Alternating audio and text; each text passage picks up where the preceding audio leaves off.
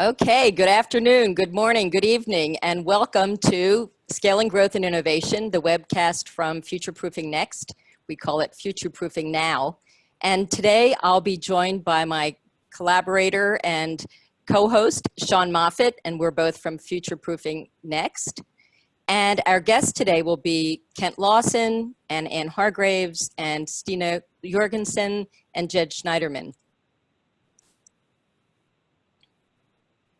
And I'd also like to welcome the community manager who's behind the scenes doing all things magical to make this work logistically, Joanne, who is our community manager. And I will kick off with talking to Sean. And the first thing that we'll do is set the tone. Today we'll be talking about questions like, how do you really get innovation to achieve corporate scale? And we're all excited because we have a book coming out, Futureproofing Next, The Future Beyond Innovation. And Sean and I have been working for years to try to dig into the differences between innovation at early stage and innovation at scale, innovation within startups, innovation within corporations, and individual initiatives at corporations that grow, but then they never really achieve what we call escape velocity. So what are these questions? And so I'll start with the question I've been asking people for years, which is, if you rubber band together a lot of jet skis, these individual initiatives within a company, and you have open innovation and all of these challenge statements and all of these wonderful projects going on in a company, do you automatically get scale? Does something that has a lot of speed in a small scale turn into a large scale project within a company? And another question is, if you've got an early stage initiative within a company, will it automatically achieve escape velocity? Like, what are the things that change you from it's going really great in pilot to, this is going to be the next big thing? And one of the books that inspired us today is a set of questions around what Mark Benioff said in his book Trailblazer, and we're doing a bit of an homage to the way that Mark has come out in around the topic of growth, because at the same time that you can think from a purely capitalistic perspective about growth, you can also think about the other side of things, and so he says that you have to think about growth in terms of companies, and the people who lead them can no longer afford to separate business objectives from social issues surrounding them. They can no longer view their mission as a set of binary choices, growing versus giving back, making a profit versus promoting the public good, innovating versus making the world a better place. And this book, Trailblazer, and Mark Benioff's words like this have also inspired us, because we understand that the other dimension of growth is that maybe that's not the only metric. And so I'd like to also talk about something we talked about last time. We've got some backdrop from the book Blitzscaling, which is another way that people think about growth. And Sean will talk to us in a minute about how people talk about growth and achieving escape velocity. And there's a lot of rules, for blitzscaling. Maybe it's for a startup, but you have to be able to embrace chaos. You have to let some fires burn. You have to raise too much money. So from a startup perspective, this might be brilliant. But the question will be for our guests, is this what works in corporations? And if not, why not? So Sean, to you, we are both really curious about what really works. We're interested in the practitioner's perspective, especially from a corporation's perspective. So tell us about the stats and what your thoughts are to frame this conversation today. Yeah, I thought I'd throw a few little dots before this discussion, because I think this was evaluated as being our third most popular topic a few webinars ago. We asked our audience just what they wanted to hear. This was very high up, but certainly based on what I've seen in a survey I just got out, about 85% of us believe this is the toughest stage of innovation. And I think we recognize ideating, getting things validated is very tough work too, but I think this topic that we're covering today probably gets very short shrift, and it's almost like an even third of when scale goes wrong. Where does it go wrong? Oftentimes it's, we just didn't hit our business objectives. Other times it's we didn't hit our timelines. Other times we didn't hit our financials. And so it's kind of an even bucket of mistakes that happen when we don't scale. And we'll go to the next one. I know we didn't do this purposely for a webcast, but we have 3 or 4 tools in our new book that's coming out We're talking about the middle column here today, and I think you know, I think it's World Economic Forum that says, you know, scaling is actually happening when you're getting more than 40% growth. So we're talking about, you know, steep jumps in growth. Oftentimes, if you look at SaaS companies, that they oftentimes use the term 10x, but there are very different behaviors between launch stage, scaled stage, and this middle stage called scaling and growth. So we'll hopefully cover some of this off today.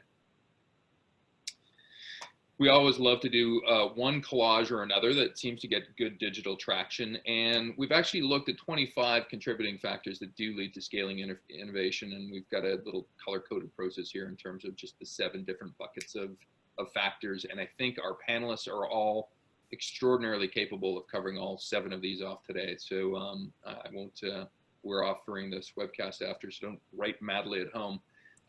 I did send a survey out. We love to have some gravitas behind our opinions. And so the early results have just teased out a couple things here. What do we call this thing called corporate innovation growth? Because I think if you talk to a startup, they have their very comfortable nomenclature. For us, what's happening, number 1 and number 2 is commercialization, people like to call it. The second most popular one is called scaling up. So I'm not too sure if the people speak, but certainly it's a topic that gets covered off a lot within startups and scale-ups to a lesser extent, not a lot within corporate innovation. And as we see this time period, it can vary anywhere between 8 months to, you know, nearly 3 years in terms of when you're in this phase, what are those set of behaviors you need to be doing? So the other thing we wanted to do is bring up something that we know is true as we tempered our views of growth earlier with, is growth the only metric? You know, maybe sustainability, sustained profitability is just as good as growth, and maybe you reach, you know, sort of the saturation point in certain sectors.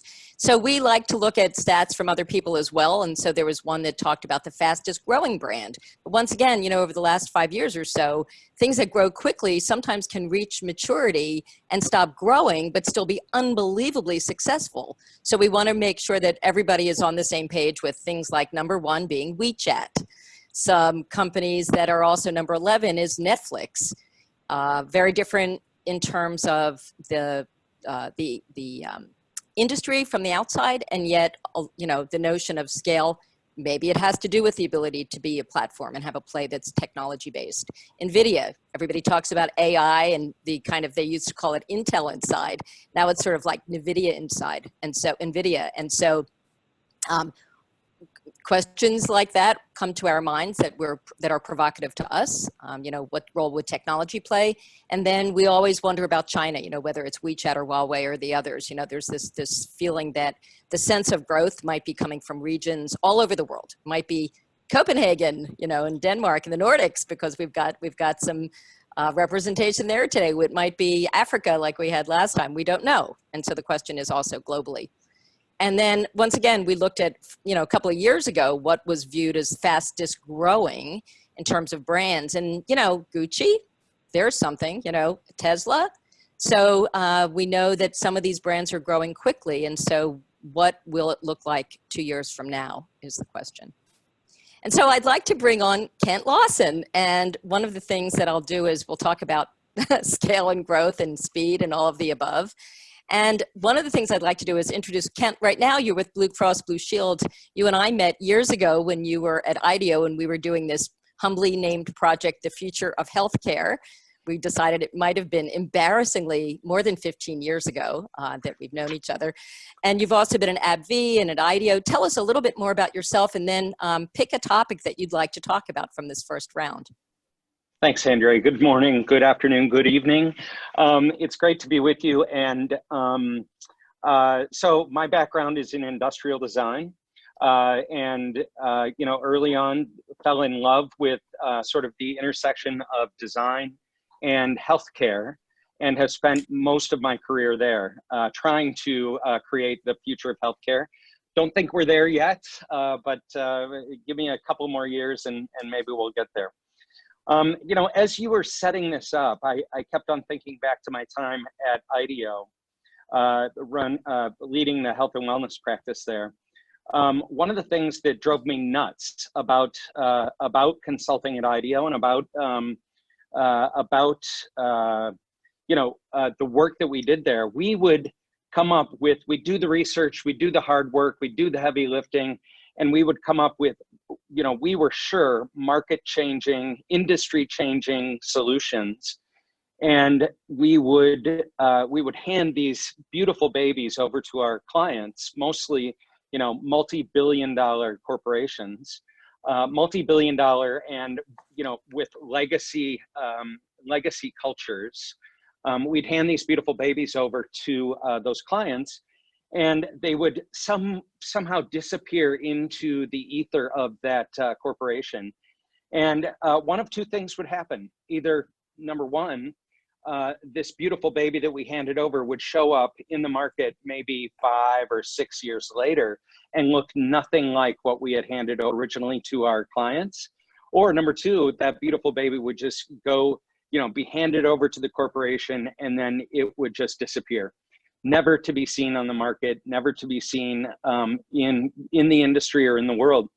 And that always bugged me, because we were certain that there was something there, that there was innovation, and innovation there, because we had the evidence to prove it.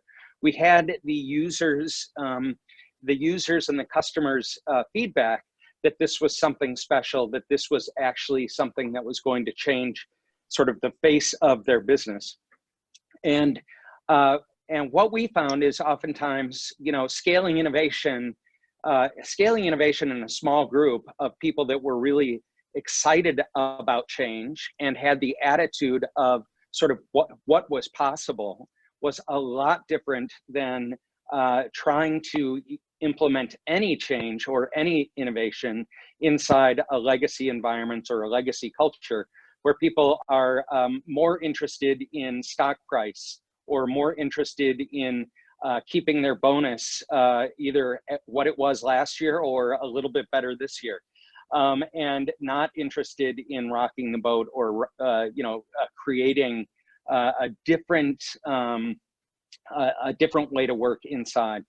And so that was always interesting to me, and very frustrating. But I think your prompt here is corporate versus startup scale, and I think that's the difference, is attitude and culture.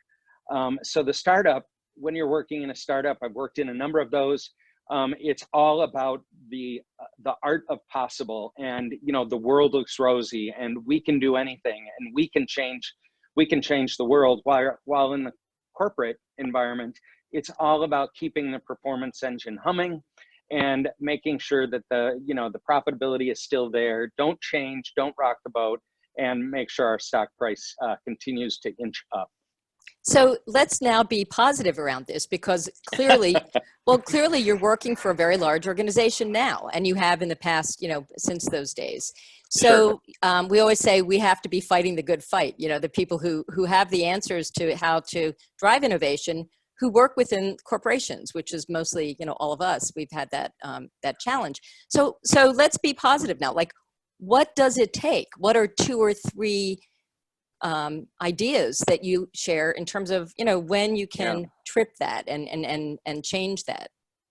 Yeah, thanks, Andrea. I think number one, if you're looking to make massive change inside of these legacy environments or cultures, I think what you first need to do is find your tribe. You need to find the people that are geared toward a positive attitude, or a positive culture, or a zest or a lust for change. Find those people. And when I was working in pharma at AbbVie, one of the things I did is I put together a presentation on innovation, right? And on change, and on bringing human-centered design into pharmaceuticals. And I would have typically, I'd give these presentations, and then typically 5 or 10 or 15 people would come up and sort of self-select, right? And say, wow, that was cool. I want to be a part of this. And so make sure you grab those people and make sure they become your tribe, because they will be your tribe for change. And so, influence them, and make sure that you're getting together occasionally and sort of helping you become your own support group, right? So help each other make that change and sort of encourage them to keep going. The other thing I think is, and this goes back to your Blitzscaling slide, I have to argue with his number 7, ignore your customers. And I understand what he was saying. Ignore your customers. Don't listen to what they're saying or what they're demanding. But what you need to do is go out, see how your customers actually live. Don't listen to what they say, but look at what they do. Look at how they behave in their lives. What are they doing at home that is driving whether it's healthcare change or their digital life or their, the way they consume entertainment, whatever it is, get into their homes and see how they're doing this. And don't listen to what they say because they don't have the language for the future, but really look and see what they're doing, and that will guide you to the future. Well, I love that notion that people don't have the language for the future.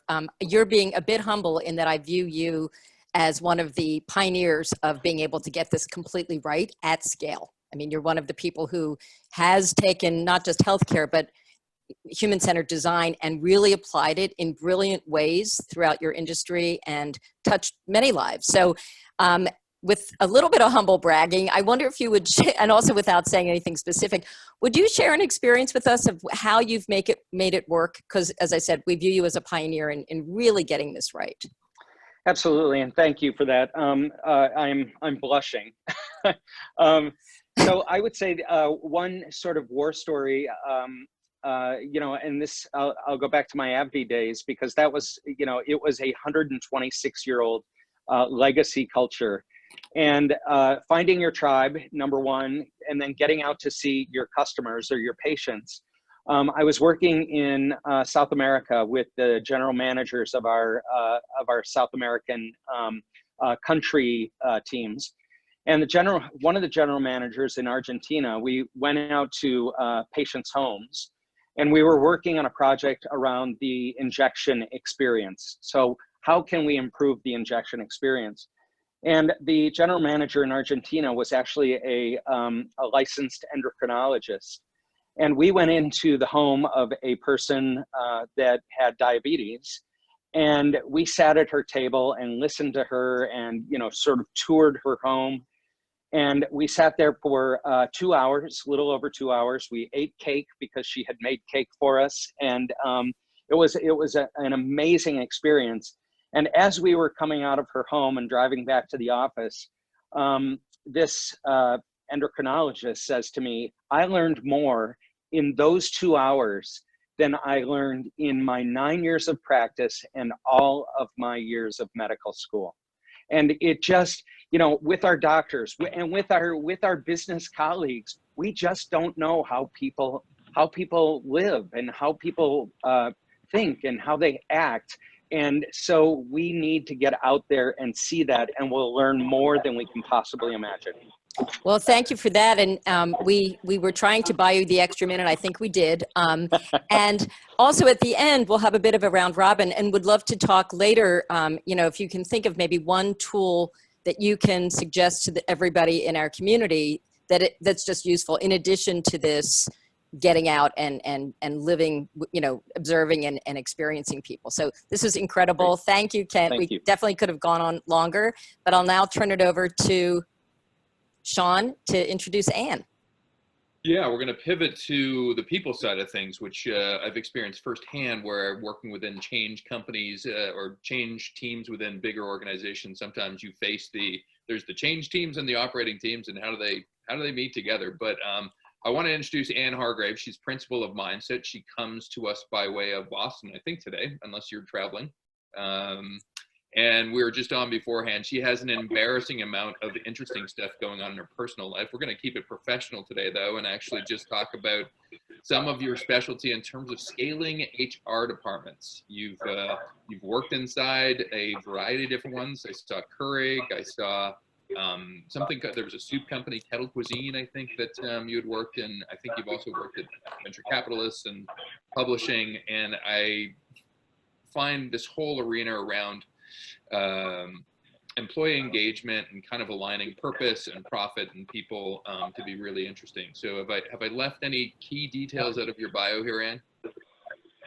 No, I don't think so. Thanks, Sean. I think the only thing I could throw in there right now is, as a consultant, I work with companies of all sizes. So a lot of startups, corporate companies, mid-size, and I think those are really useful for today's discussion. So I'll share some of all of those.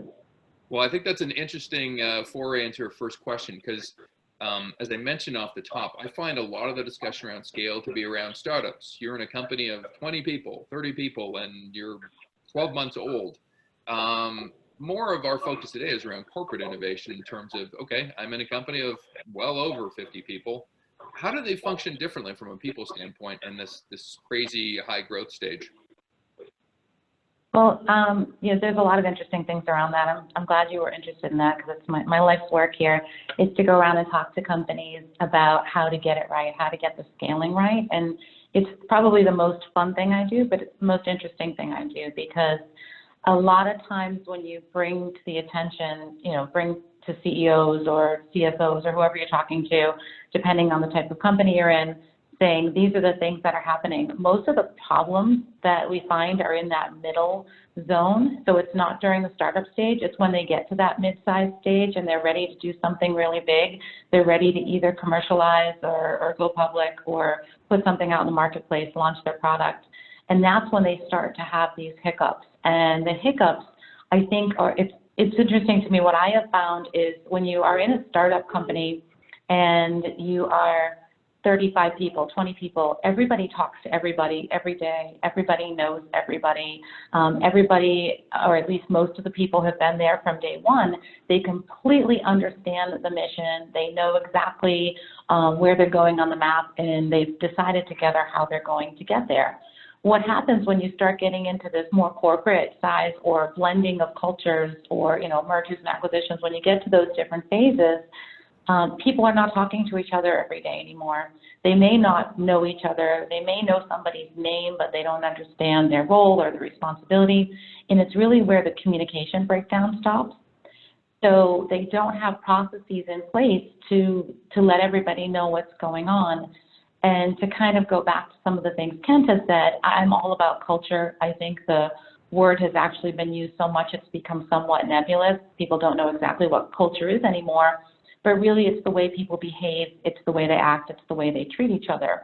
And, again, kind of covering some of what Kent was talking about and finding the right people. I think it's really important if you are in a business that is going to scale their product or scale their service, if you don't have employees that you can also scale at the same time, that aren't capable of growing, that aren't capable of going in several different directions, being able to adjust to change, and then you're not talking to them through the entire process. You don't have that communication process in place. You start to lose people's interest. You lose their focus. They get frustrated. They feel like they're left out. They no longer feel the mission and the purpose. And then their decision-making starts to go by the wayside. But in addition to that, you start getting people doing their job in somewhat of a funnel, and they are doing things through compliance instead of through commitment. And that changes everything when it comes to innovation. When you are in a really mature company, you can go out and just do what's in your line of sight. You can do it really well, and you can get top-down information, and it's all going to go fine. You'll be able to sustain. But when you want innovation, when you want growth, when you want creativity spurred, and you don't have people talking to each other, those things die. And it's funny. I'm not sure if I covered that off.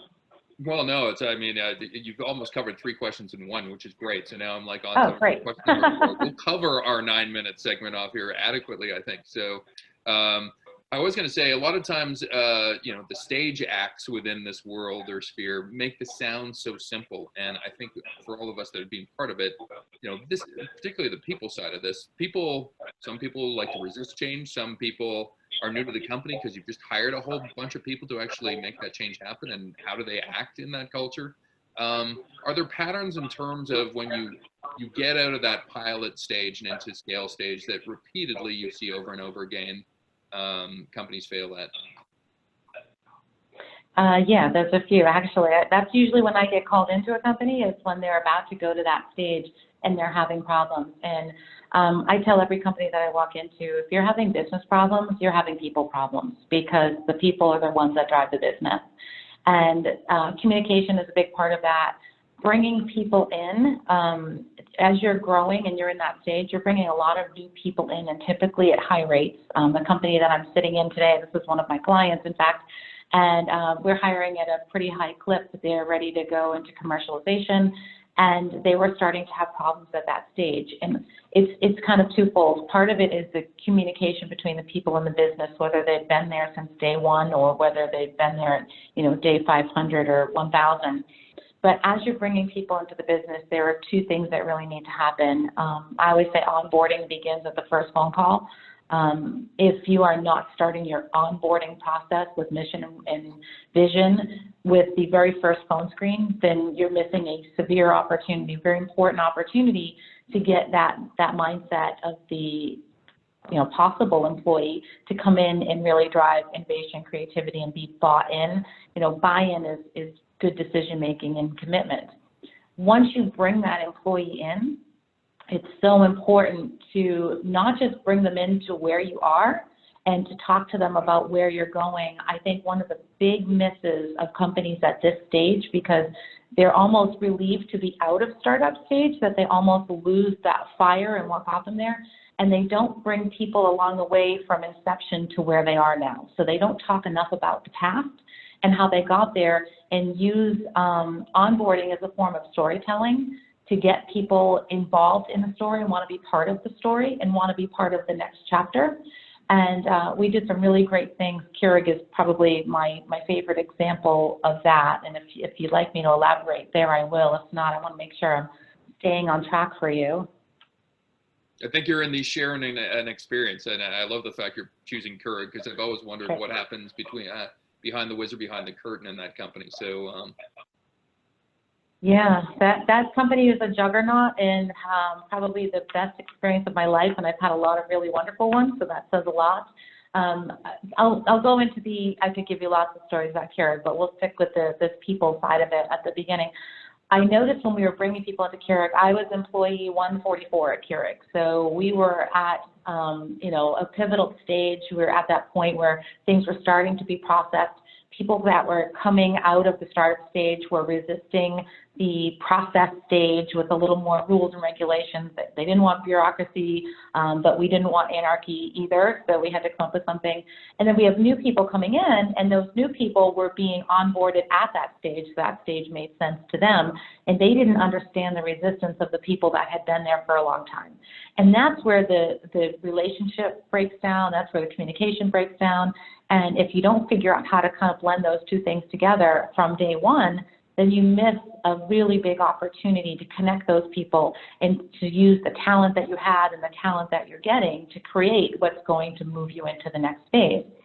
So I guess the best example of that is we put together an onboarding program that included your storytelling and journey through the past, and along with a timeline that went along the entire wall of our space, where you could see from inception to where we are today, with a lot of empty space on that timeline, so that they felt like they could write themselves into the story somewhere. But we had, Dick Sweeney was one of the co-founders of Keurig. We had him get up, no matter how many employees we had, if it were 2 employees or if it were 50 employees coming in that particular quarter, and he would give a history of Keurig, from how it started with the salad dressing cup and the heat gun sealing the lid, and they had, the stories were amazing. They would throw a basketball into the hoop to see who got paid one week, and those types of stories really brought people to how we got there and where we are and what our mission was. And the 2 other sessions we actually had 3 sessions, 4 in total. So one of the other sessions was you walk through the archive room from the very first prototype of a brewer to where we were today. And instead of looking at, hey, these are our products today, and these are the things we want you to try to innovate and make better, look at how we've gotten here. Don't look at, oh my gosh, how do I make this great product better? Look at all of the fails and the crazy designs and the things that worked and the things that didn't, and how we learned because those are the things you're going to apply to the next phases of our company. The other course was a marketing course. It was all about our consumer and where that product was going to end up. It was about our industry. It was about the landscape, our competitors. It was about how we speak to our customer and what our demographics were, and who we were outside of the company, so that they could make decisions based on that. And then our fourth one, which I was well known for personally, was our respectful workplace session. So that was our four-part series. Respectful workplace was all about our culture, who we are, how we treat each other, how we communicate, how we work through conflict, how we work through change, and what we expected from everybody from the day they walked in the door to the day they walked out of the door.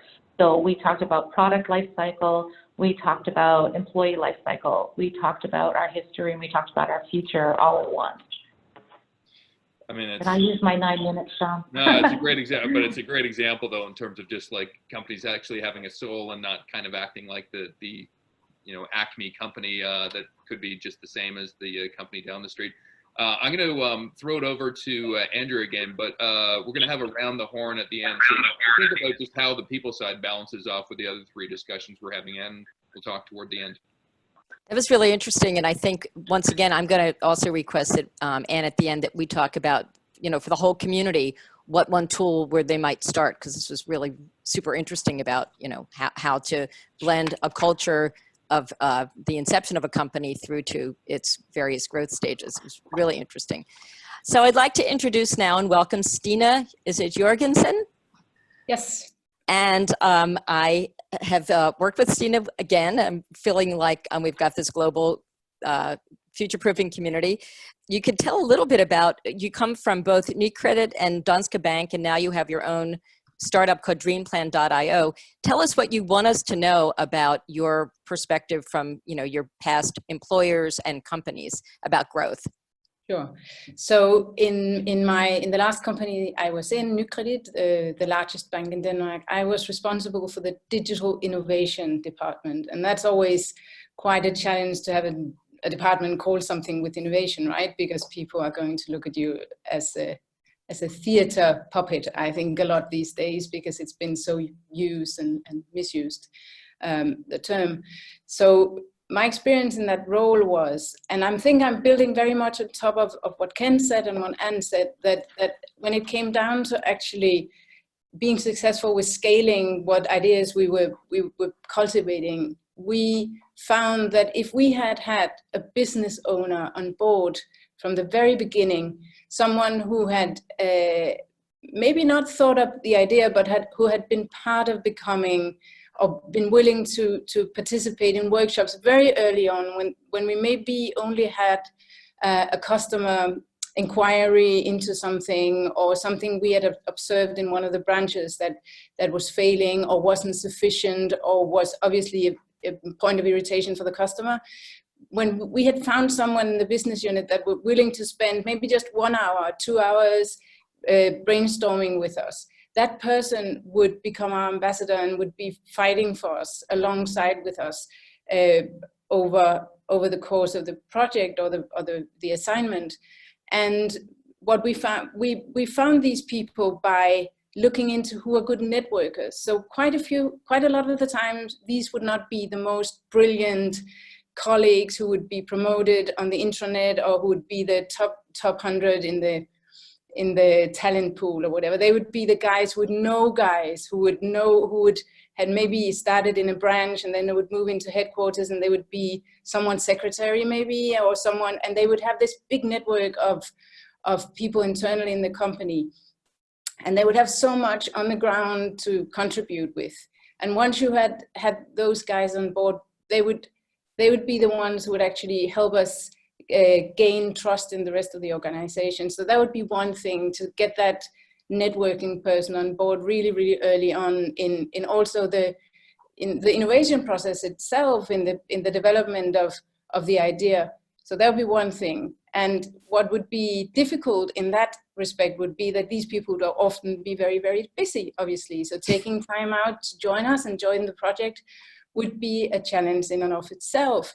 And so what we would try to do would be to find out how could we make some kind of very small business case is not the right word, but to already very early on in the process demonstrate the possible financial benefit of doing this, and thereby sort of buy hours of this person. So talking to the actual hardcore KPIs in their management team, and then get them to work with us. So that would be one thing we would do. And the other thing we would do would be to do a very, very structured process. So we would call it 333, which would symbolize 3 days, 3 weeks, 3 months. And so the managers in the business units would know that if they had committed to us and to develop this idea, and they had this very enthusiastic employee who would go into this with all his or her passion and ask to be part of the project, then they would only need to commit 3 days. And after the 3 days, those 3 days would be a very structured diary or agenda for each day. And so they would know and have feedback from the employee at the end of the 3rd day saying, this is really worth my time, I would like to continue with this. And then they would be allowed maybe to take another 3 weeks. And in the end, of course, we would scale the innovation project from the idea to actually prototyping and implementing in the branches. And I found that quite a few times, and this is my learning from this, quite a few times I would just avoid that. Even if it was a principle, I would still just say, okay, doesn't matter, it's a good idea, there's a really brilliant business case here, I know I'm going to convince management once I've shown that this is a good thing to do. And every time I wouldn't be successful in actually scaling afterwards, because nobody would really have seen the customer interaction with me, or would have felt that this was part of the organization, that they were running really well at a bank. They're doing really well in the bank, right? So so they're very focused on actually running the existing business. So being very early on in actually writing up some sort of a business case, and also having a very structured process, but most importantly, getting people from the business units on board from the very beginning, so that they feel an ambassadorship and an ownership from the very beginning. So this is super interesting, not only because it reinforces a set of questions that Sean and I have been looking at for a year plus, but also there's a different profile, it sounds like, for someone who will, first of all, initiate an idea, be the ambassador for that idea. And it sounds like, I know we've looked at a lot of companies that even do a lot of mapping of social sentiment analysis of who is the connector versus who is the vice president, executive vice president. And as you said, it's not necessarily the title as much as this connectivity. And that's a different dimension and profile than some companies might know how to find or measure. So I think that's super interesting. I think that's and so this is the little story maybe about one of the companies that I found, that there was a big round of I had to lay off people, right? And some of my very best ambassadors were laid off because they were not the people who were doing themselves doing the more business for the company.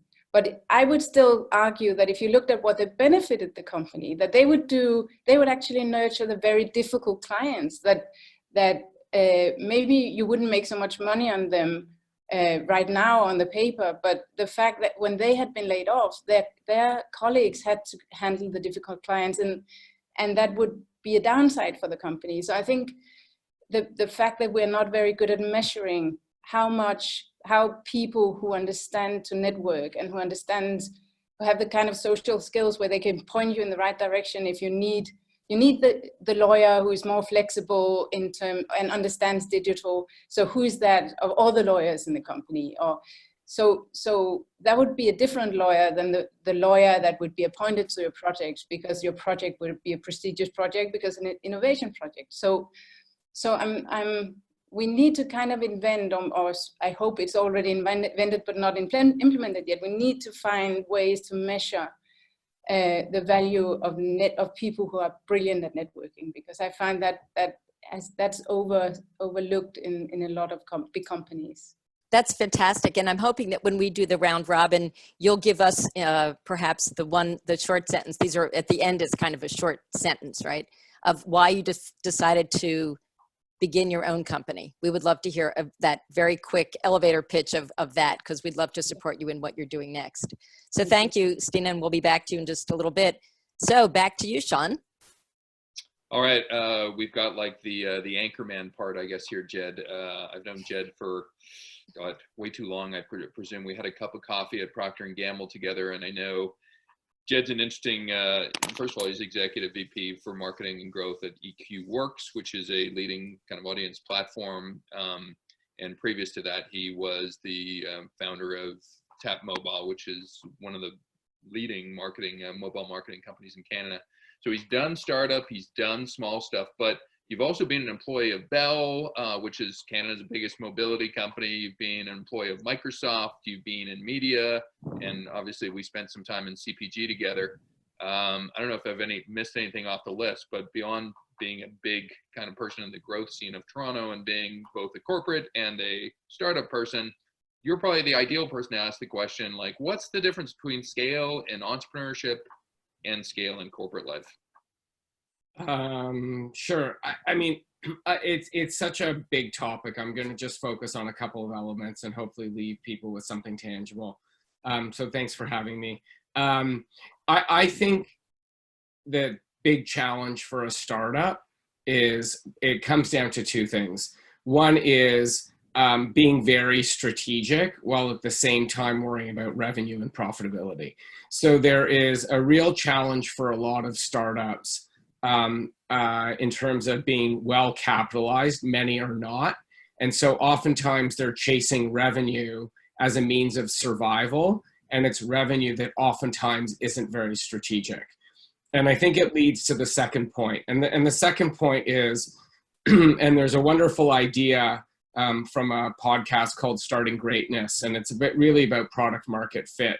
And really it's this whole idea that the challenge for a startup is really finding strong product market fit. And what most companies invariably do is they try to scale before they've actually proven product market fit. And so there's this idea, not my own, I don't have any of my own original ideas, but there's this concept of spending a lot of time on insight development. Find a niche, find a set of customers, find a segment for whom they are desperate for your solution. And if you cannot find those that are desperate for your solution, you're probably not going to really find optimal product fit. And then ultimately what happens is when people try to scale, having skipped over that critical step, essentially what they're doing is they're spending money to overcome objections as opposed to actually truly scaling. And I think, Anne spoke of it even from like the human side. So this concept of, compliance versus commitment, which I think is really powerful. And one could easily understand, taking away Anne's ideas, that if you have strong insight development, strong product market fit, you've identified people that are desperate for your solution, it's much easier for scale. Because what the data also shows from a scaling standpoint is it's really favorable word of mouth. We talked earlier, Andrea, both you and Sean and Andrea talked about this notion of scale as being over 40% annual growth. That growth really happens when basically people are talking to people about the solution that you provide. And no amount of money can drive that kind of scale. So again, the key point is strong insight development that really reinforces product market fit, so that you're not actually scaling to overcome objections, but rather you're scaling in order to spread word of mouth and spread your story. Got a question for you, just because you almost, you said people kind of spend too early, spend too much to overcome their mistakes. Oftentimes I find people, we talk about scale and being in the scaling moment, but it's almost backward looking, like almost like at a game of golf. Where did I go wrong? And people look back going, oh, we scaled too early or whatever. Any advice in terms of how do you know when you're in scaling mode? Like, is there, is it back to your product market fit? But like, is there something that says yes, I am now ready to scale? And then also, how do you know when you've got like traction? How do you know when you've actually maybe aren't in scale anymore and you're about to be in the maturity phase? Yeah, I'll do my best to answer the question. I think, again, you can look at it from multiple standpoints. I, for the most part, wear a sales hat when I walk into the office every day. To me, the idea that we're achieving scale, or that our efforts at driving growth are scaling, for me fall into, again, and I think this is easy to score, we take a look at our inbound leads. So if we're getting more phone calls in as opposed to making phone calls out, again, that goes back to proving the point around word of mouth. It's more economical, it's more cost effective because people have heard our story from other people.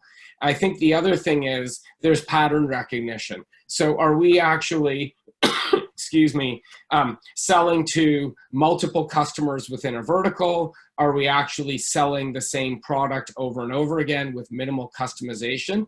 Because I think that's ultimately where scale comes in. Not every company has the luxury of selling a boxed product where effectively it's the same for every single user. But to the extent that the core part of the product, we're in essentially data and software development. So we're able to always customize what we do. However, if we customize for every employee, for every customer, we don't have a scalable solution. So when we start getting inbound leads asking for the same solution, it goes back to, again, that first point, which is understand the problem that folks are desperate to solve. And if we can start seeing a lot of traction against those, whether it be inbound, on the outbound side, it could be shorter sales cycles, higher conversion rates. You know, at the end of the day, it is kind of crass because a lot of us have a higher order motivation for what we do. But if your client is within a public company, and I think folks around the table have spoken to that, it's about sell more stuff, make more money, and drive profitability. A lot of the companies that were listed on Andrea's chart about some of the fastest growing companies, if they're public companies, we can talk about brand equity, we can talk about Blitzscaling, we can talk about all this stuff, but for the most part, we can ignore dual class structures for a moment, but they're ultimately responsible to their shareholders. So I think that if you can demonstrate, you know, metrics that are easy to follow amongst larger teams, and talked about the huge amount of hiring that she's doing for her current client right now, or even back at Keurig.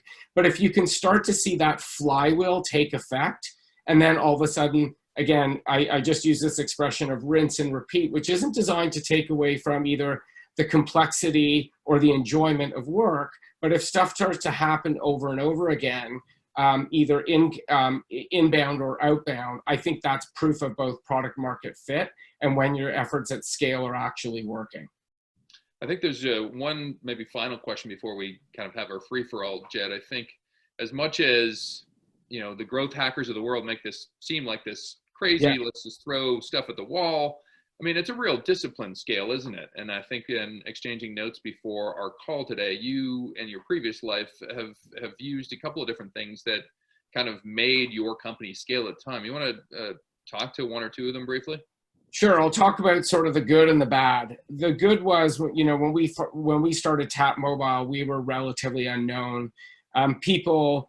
Buyers of our solutions knew that more and more time was being spent on mobile phones. A lot of marketers were quite skeptical as to the efficacy. Just because folks are on phones, are they actually going to transact? Is it a favorable ROI? So we listened, and what most were saying was that they lacked data in order to support a decision. I think it was made perhaps by Anne, or Andrea reinforced it, but the idea that people who are sitting within a job have an aversion to loss. If someone is going to do something different, they are risking the status quo, and putting the status quo at risk is scary for a lot of people. If you live in a town or a city where your company happens to be the major employer, you know, you don't want to put your job at risk. There's the old adage, no one got fired for buying IBM. The reality is we needed to give people currency that they could use internally in order to sell what was a new idea or breaking from tradition. So what we happened to do was we ended up authoring the largest mobile study of its kind for 3 years. We had large corporations, large banks, large software companies all buy the research from us. what that did was it solved a problem for our customer who was the decision maker. They needed more data. We gave them more data, and it allowed them to then sell ideas. In the event that the idea didn't work, at least they had something to fall back on. So as to say, well, we use the available data. And frankly, that's what growth hacking really is. Growth hacking is taking the available data, making a quick decision, and having standard operating procedures, or having things in place that tell you when you're off the rails and when your decision was a bad decision so that you can adjust. And hopefully, you know, we heard about the 3-3-3 concept. Hopefully there's this idea that you don't waste too much time and you don't waste too much money. On the other hand, at my current company, which acquired the company I founded, what we're finding right now is we have a whole mix of customers that are buying our solution. So essentially where we're at is we want to scale faster. So what we're doing is we're beginning to go back to that insight development. We've identified 5 different types of buying groups. And within that, we're trying to develop personas to really understand what each one of those people care about. We're taking a methodical approach whereby we've identified one vertical. We've identified a number of decision makers within that vertical. And frankly, we're grinding it out. My biggest fear is we're not going to get the answers quick enough. And that is really frightening. So what we're trying to do is learn fast. You know, we've heard from Anne, we've heard from others, you know, how do you find good communicators, good networkers within the company who can champion the cause and sort of get more stuff done quickly?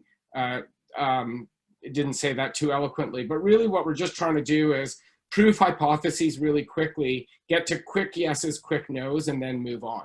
So even, you know, we did it once really well, but now we've got a robust data set and a robust software platform that can do a lot.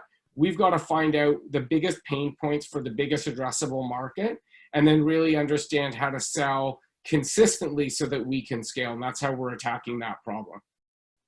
Powerful examples, and I love this kind of yin and yang of, you know, learn, go broad, I guess, but do it fast. It is a yin and yang of scale. I'm going to throw it back out to Andrea, and I guess we're going to have a bit of a group fest here. Yeah, I think the best way to do this, because I was madly trying to keep some red threads going myself in terms of incredible takeaways. So rather than Sean and Andrea trying to do this, would you mind each of you doing a, you know, no more than a minute takeaway, either from something someone else said or a word of wisdom that you'd like to share with the Futureproofing audience? I think we'll go in the same order just so people can kind of get their thoughts together, which means, Kent, would you be ready to give us a minute or less of something that you observed or some wisdom you'd like to share? Absolutely. Thanks, Andrea. The thing that sort of knocked me out was Anne saying, you know, find the employees that scale. And if you're not scaling the employees as you're scaling the business, you're going to lose. Loved that. And then also Jed mentioned Anne's notion, compliance versus commitment. That's what it's all about, right? It's those that want to be compliant, get out of the way. Though you want to find the ones with commitment and start running with them. So love it. And by the way, I also love Stina's 3-3-3. That was, I'm gonna steal all of that. It's amazing. Yeah, this is what we mean by this community. Yeah. I hope we all become vast networkers based on all this information. So thanks for that, yes. Ken, and thanks for joining us. It was super inspiring. Let's go to Anne, a minute or less of insights or something that you forgot to mention that you'd like to share. Oh, I'm challenged to do a minute of anything, but I'm actually going to jump off of some things that Jed said. I learned something from everybody that spoke today, but he talked a lot about, you know, I guess he kind of talked a little bit about communication and directness and accountability and transparency. And when I talked about culture of growth and creativity and innovation, there's always conflict. There's always a problem. There's always change that has to happen. And if you're not really talking to people, either selecting and developing and encouraging and working with people on directness, transparency, and accountability, then you're really not going to go anywhere. And you need to know exactly what's going on and challenge people. So that's, I guess, my super minute. Helpful. Super helpful. Stina, I asked you to save a little bit of a commercial about why you started dreamplan.io. Would you mind giving us that? Just quickly, well, in the banks that I work, there's been a lot of focus on high net worth customers and servicing and making sure that they had an overview over their finances throughout their life. And through the data we have available and digital and machine learning, we would be able to do that for retail customers as well. But the drive was not sufficient within the banks for this to be top of the agenda. And I think there's a financial inclusion question that just needed to be answered as well as a financial one, both for the banks and for the customers. So I thought there was a really sweet spot where I could find my passion, and I have. So that's great. And I'll say something before we ask Jed the same minute or less. We have representation from Chicago, Toronto, Copenhagen, and Boston. And I'm just putting it in that Sean and I gave an extra minute to everybody that said that our Futureproofing tour, book tour, could go to those regions. So you all owe us at least one location, and we're happy to collaborate with you in your cities, because we're doing the world tour starting next quarter. So thank you, and we hope to see you in Copenhagen again soon. Jed, minute or less, you'll bring it all home here as the anchor man. I read voraciously. To me, the idea is, how do you take some of the big concepts shared by Stina, Kent, Anne, yourself, and Sean, and make them actionable? Like, that to me is always the most important thing. And so I want to leave sort of like with, three sort of tactics. The first is templates. We've used a ton of templates in order to systematize, to Anne's point, even sort of code culture within the organization, because templates are a wonderful way of doing things consistently and transferring knowledge.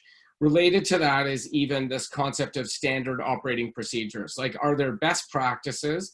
We take a fairly humble approach, which is there's always probably, there is likely a better way of doing things. There's always a way of improving. So accepting within the culture that even if you have a standard operating procedure, it can be changed or modified by anyone in the organization.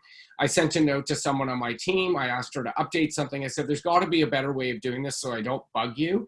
Just tell me a different way of working. And then the last is measure, and that's that feedback loop. So, codify stuff, standardize stuff, but then measure it, find the optimal way of doing it so that you're not sort of, doing half your day in analysis and not actually working on the business. But this notion of how do you measure the templates, the SOPs, so that basically everyone feels as though they can collaborate and everyone feels as though they have an opportunity to make the company bigger and better. Well, thank you for all of you. And the panelists I would like to applaud. It was just incredibly spirited, really provocative, and it went in directions we couldn't have anticipated, which is great. It didn't feel scripted. It felt very interactive. So we'll see you in Boston, Copenhagen, Toronto, and Chicago very soon. And thank you so much. You can go off video now. And thanks to everyone on the panel. That was fantastic. Thank you. So Sean.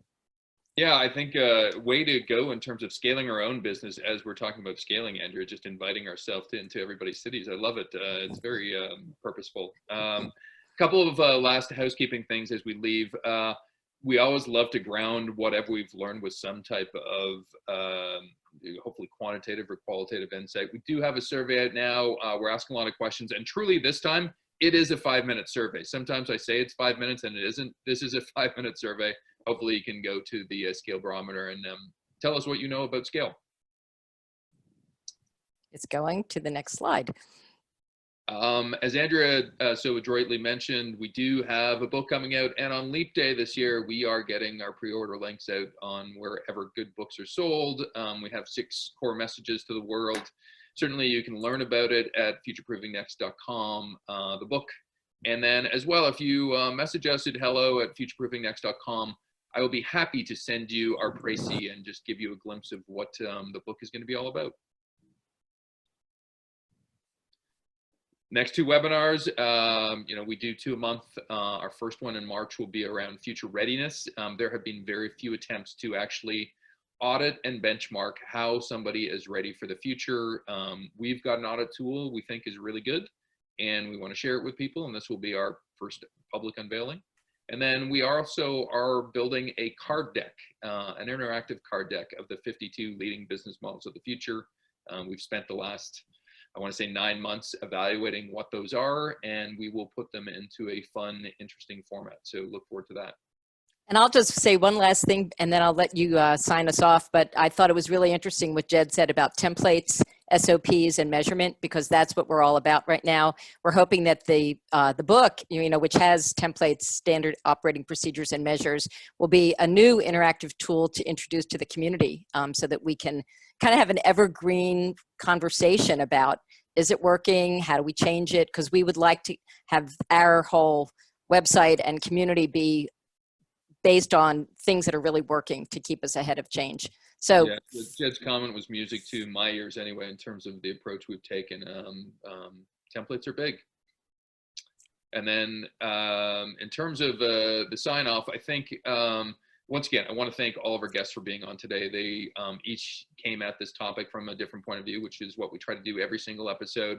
And I just love the fact that every one of them integrated the other viewpoints into it. And I do spark to Jed's comment about, at some point we got to take it out of webcast land and turn it into just real practical things that you can be doing with your business. I think that's a real core takeaway from any of our webcasts, but particularly on this one, since it's got so many moving parts to it. So as mentioned, I guess I'm closing it out for both of us and all of our panel. Had a great time today. We got in close to an hour, which is always good for us. And we look forward to seeing you in the future.